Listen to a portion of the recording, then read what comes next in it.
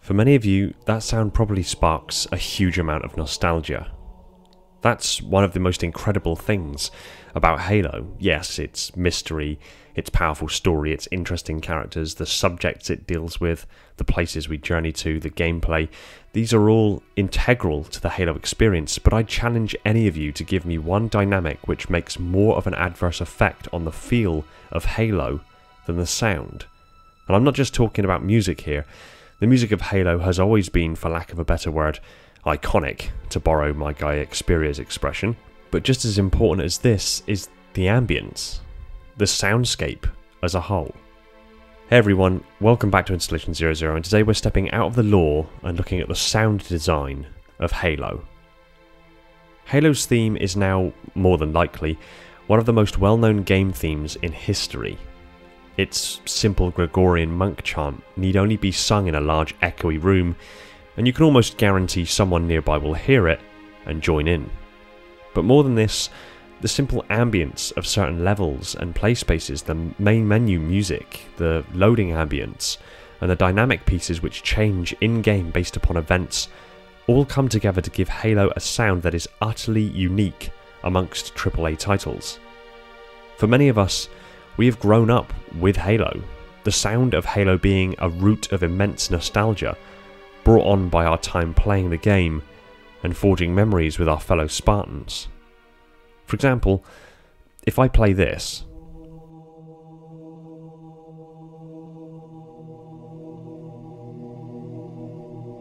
many of you are probably right now visualizing waking up in a cryopod and making your way through the Pillar of Autumn.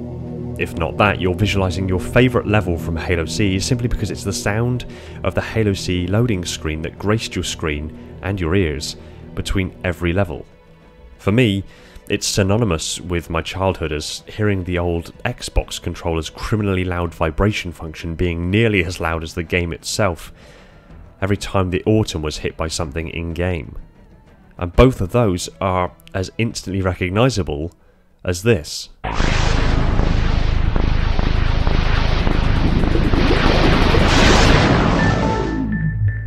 Now I know, in that regard, I'm talking to the elders amongst our community, but I'm sure many others of you respond very similarly to this.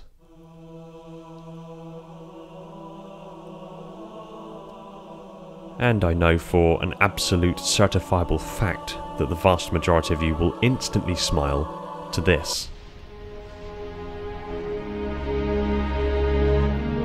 This is mainly because these particular themes were the ones we were all first confronted by upon putting the game disc into the tray and booting up the games. It was these first impressions that ingrained themselves into our collective memory and thus takes us all back to those moments as kids, gaming with our friends without a care in the world. That's the power of well-crafted music. Now yes, admittedly, there are some equally amazing themes used in the trailers, which by argument was probably the quote-unquote first experiences of the respective Halo games we each had, which is why this is making a return for Halo Infinite.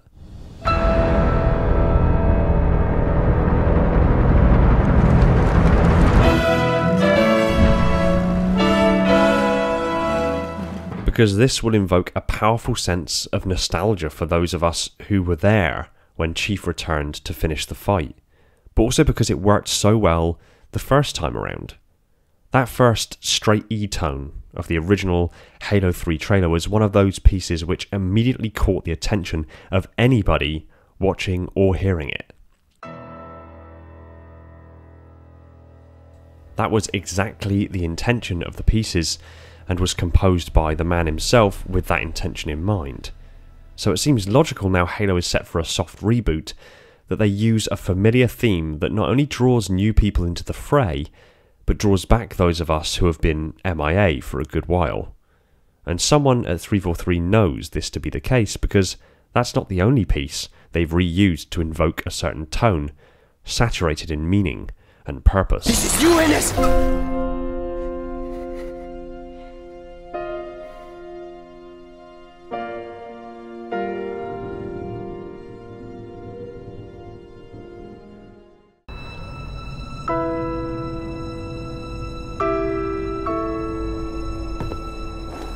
but so much of me is wrong.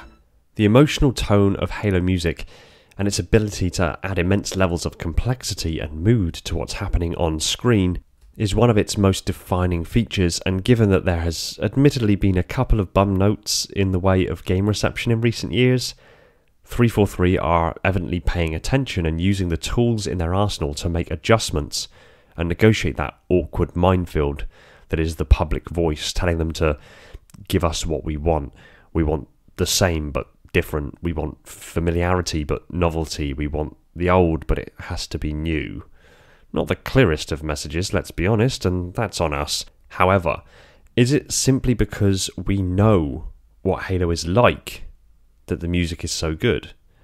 Is it simply just a cognitive bias that the sound of Halo, when listened independent of the game, invokes such powerful moods and images playing through our heads?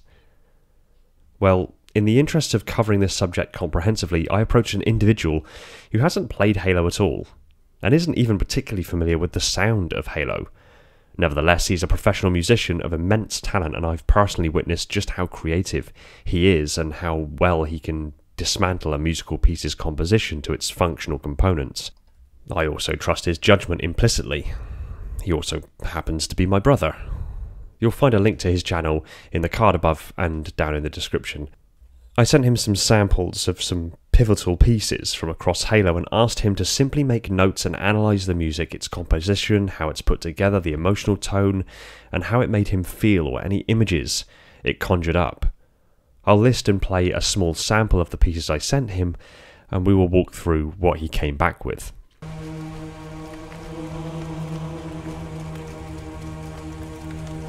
This starts with a male choral D note, which to me creates a dark feeling. This is followed by what sounds like a very low C at around 32 Hz, creating a sense of foreboding.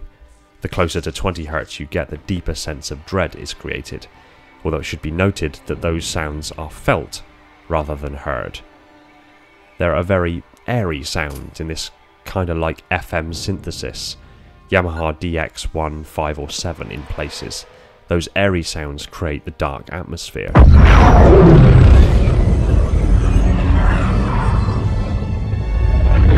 The strings interquire create a kind of release, some time to digest what just happened.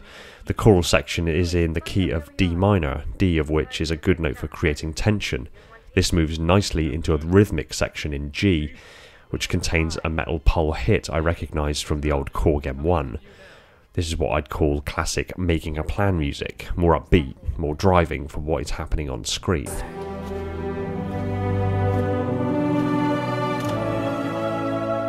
You can hear the dynamics in this piece, completely orchestral.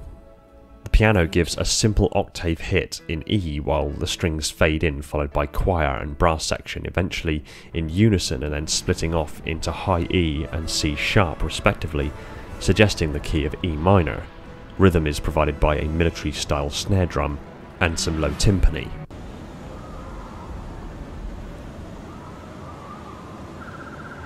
This is winds and natural effects. Some sound like processed white noise, some sound like location recordings and samples. Brought together they create a soundscape of the edge of a windy forest overlooking a cold, inhospitable landscape with thunder looming in the distance.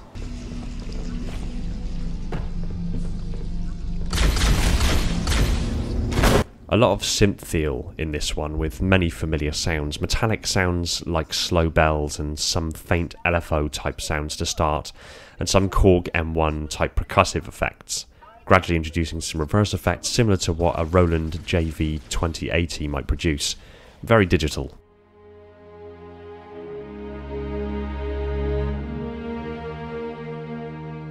This piece suggests an end. The F minor strings are melancholy, but this is offset by the optimistic piano, with the notes adding a positive edge to a situation.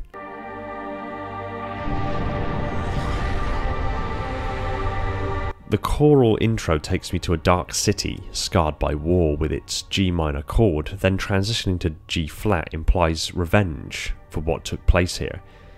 As the piece progresses, there's a feeling of preparation for what's to come and a sense of urgency with the pizzicato strings behind the bowed strings before they fall back a bit to make way for the pizzicato strings to talk. The second half runs through a number of keys, C, E, C, A, and finally back to E. This sounds like a breathing song, a piece to take stock of the situation, prepare for the next phase of the plan or come up with a new plan. It's a very simple piece and very melodic, played in F and C sharp, often in unison between the piano and strings. The saxophone is unusual for game music. In the second part, the piece changes to E and C, where it remains for the rest of the piece. It becomes more rhythmic, creating a sense of urgency before settling into some FM-sounding synthesizer effects.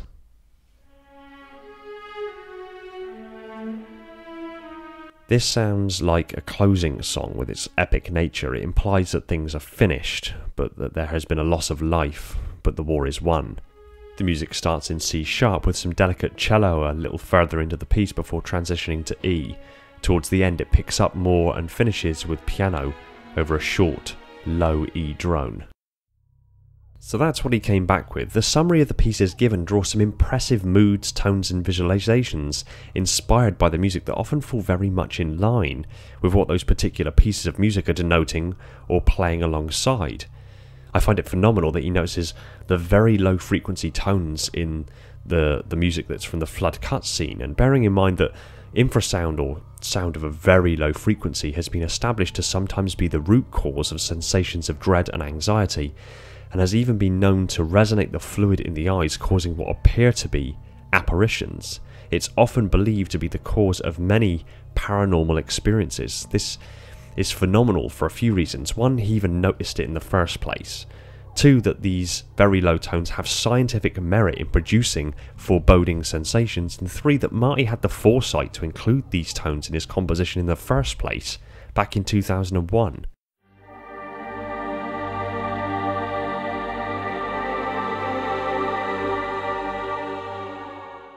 The next entry that is of particular interest is the response to the Farthest Outpost. This piece plays upon our arrival at the Ark for the very first time.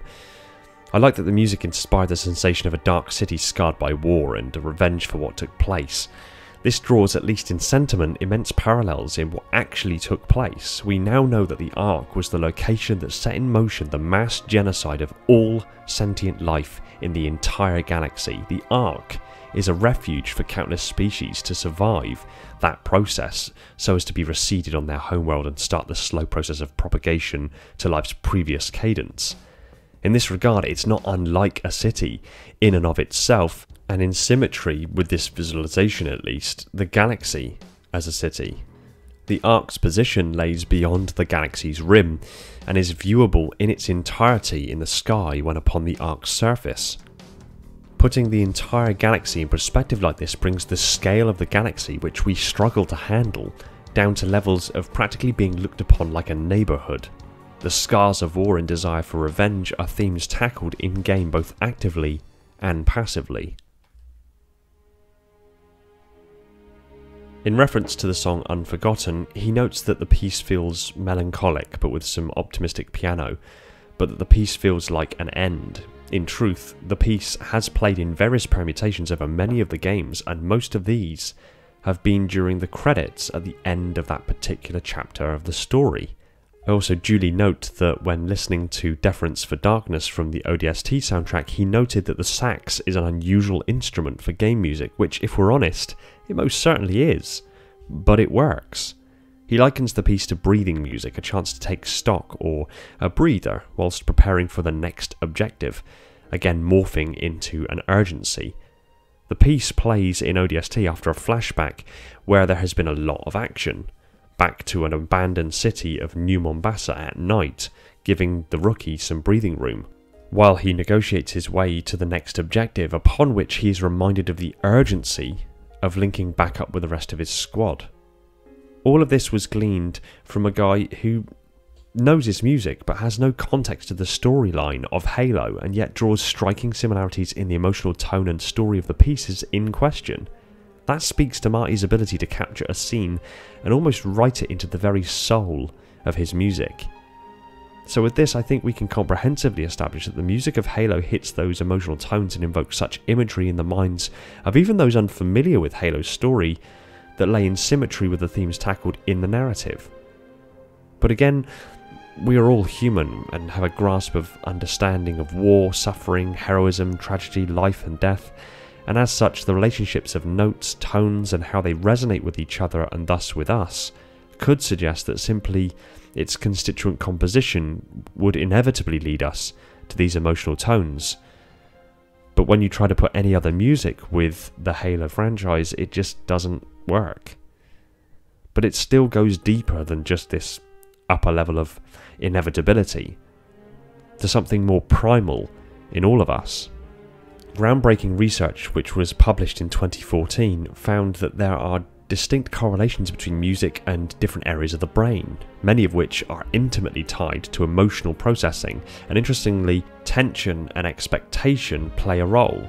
The study found that music that creates pleasurable emotions light up the mesolimbic pathway, the reward bit of the brain that gives us happy feelings. But that wasn't all. Music also creates responses from the amygdala, which modulates emotional networks, and the hippocampus, which centers on emotions around attachment. And part of the pleasure was definitely centered on tension and its release, but not all of it. We also seem to respond strongly to dissonance and whether or not we find it pleasant.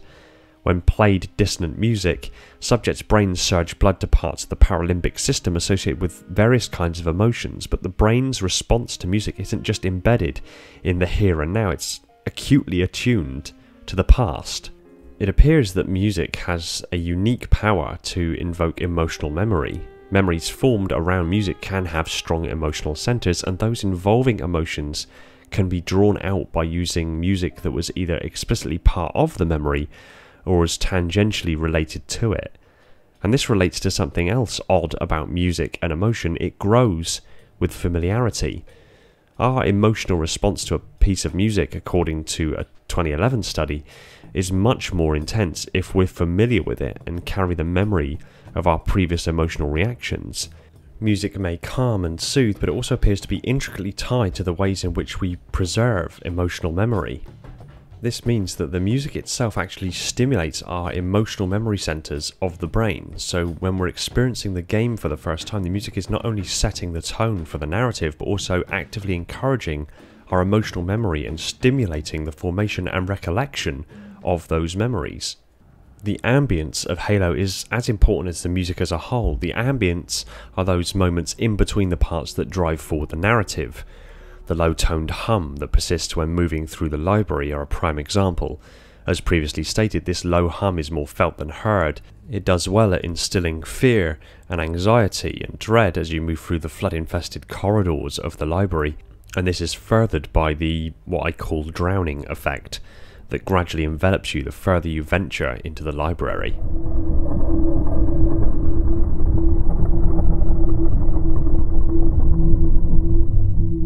I'm not sure if you've noticed, but when you venture within Forerunner structures, there is a certain ambience to these spaces.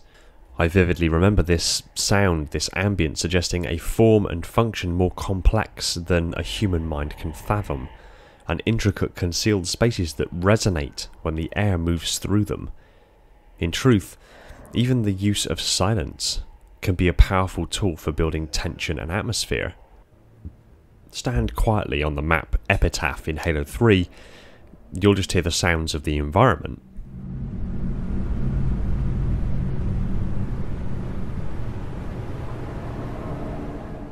Stand there long enough, however, and a deep ethereal voice hums out the Halo theme.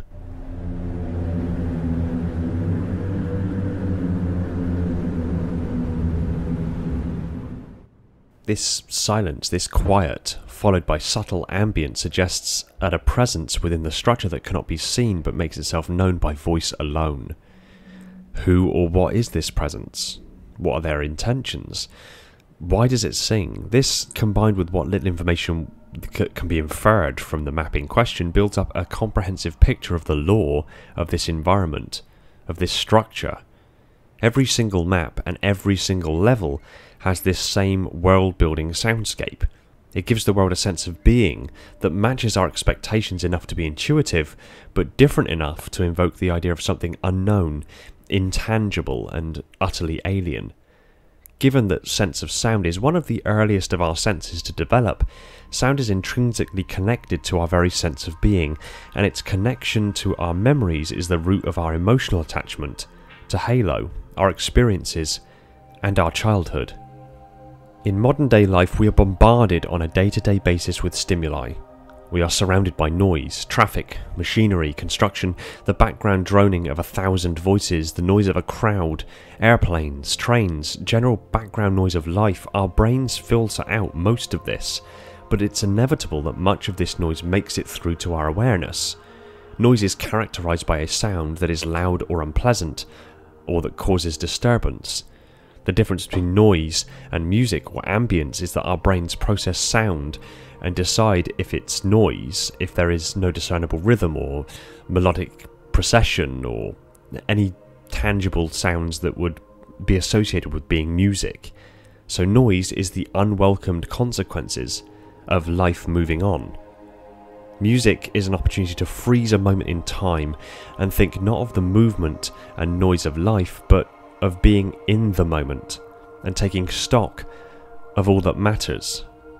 The music of Halo has come to define many of our childhoods and has established and invoked positive, happy memories that we still carry with us. Marty's compositions made Halo a more awesome experience, but it helped forge memories that are still paying dividends nearly 2 decades later. People have listened to and enjoyed the music of Halo for nearly 20 years. People have played Halo music at their weddings.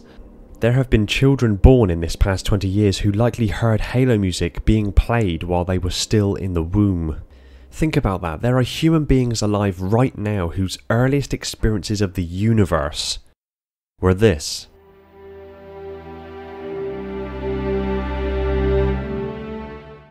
People have ingrained this music into their memories.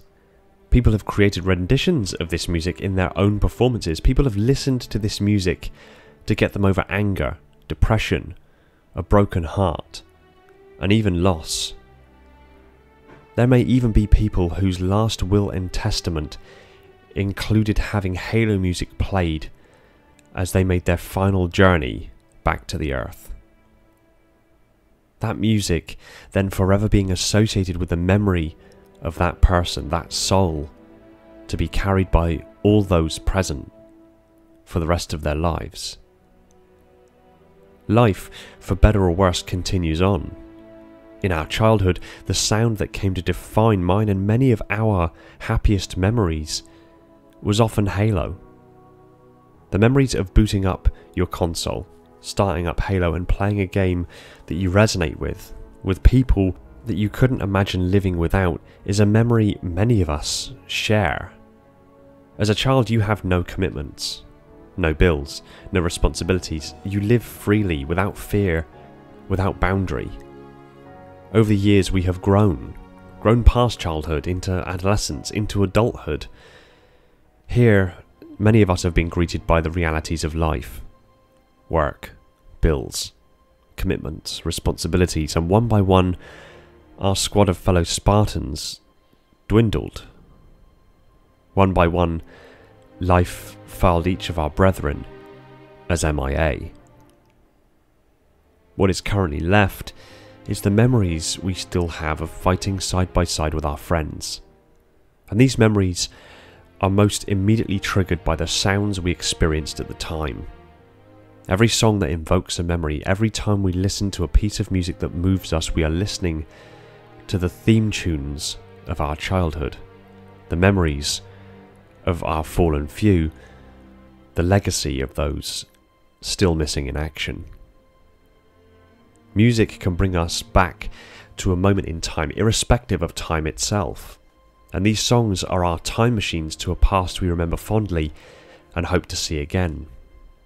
The musical choices for what little we have seen of Infinite are purposeful, originally crafted by the expert hand of Martin O'Donnell, now holders of the collective memories of an entire generation, and now being breathed anew into the next chapter of this story, of Chief's story, of our story.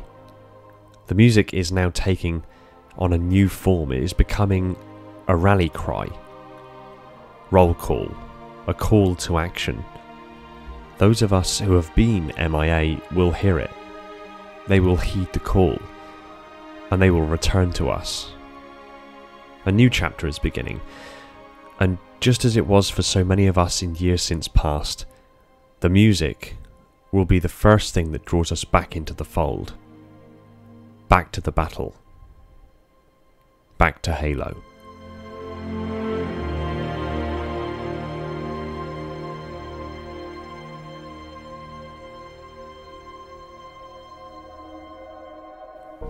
Thanks for watching.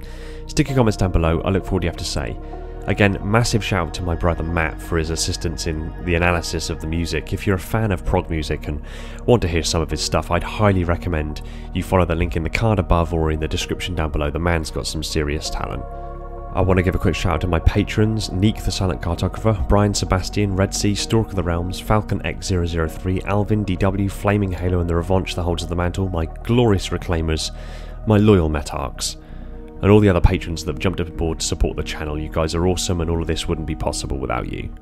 If you like Halo lore discussed to insane levels of detail, hit that subscribe button and the little bell icon so you're told the second a new video hits the shelves. Be sure to support us on all major social media channels, including Discord, and if you really love the channel, consider heading over to Patreon and supporting the channel over there. It would mean the world to me and would free up more of my time for me to put into this content and other Halo related goodness. Take it easy everyone, and find peace in the domain.